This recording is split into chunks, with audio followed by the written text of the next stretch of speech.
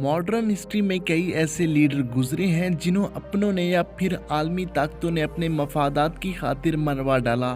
क्या आप जानते हैं कि गुज़िश्ता सदी के कौन कौन से मशहूर और मुसलमान सतूर गुजरे हैं जिन्हें या तो कत्ल कर दिया गया या फिर फांसी के फंदे पर झूलना पड़ा।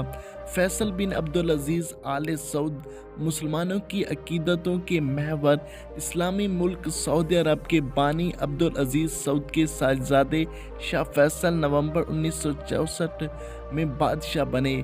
फैसल बिन अब्दुल अजीज़ सऊद 10 साल तक खादिमुल हरमैन में रहे। 25 मार्च 1975 को जब इस्लामी कैलेंडर के हिसाब से 12 रबीउल अव्वल था, उस रोज़ शाह फैसल अपने ही भतीजे बिन मसूद के हाथों मारे गए।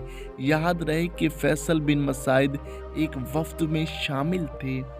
उन्होंने अपने जुबे में एक गन छुपा रखा था। मौका मिलते ही उन्होंने शाह फैसल बिन अब्दुल अजीज़ पर 2 गोलियां चलाई। कातिल को मौके पर दबोच दिया गया और 18 जून 1975 के रोज़ उसका सर कलम करके सऊदी दारुल हुकूमत रियाज चौक पर सरेआम लटका दिया गया।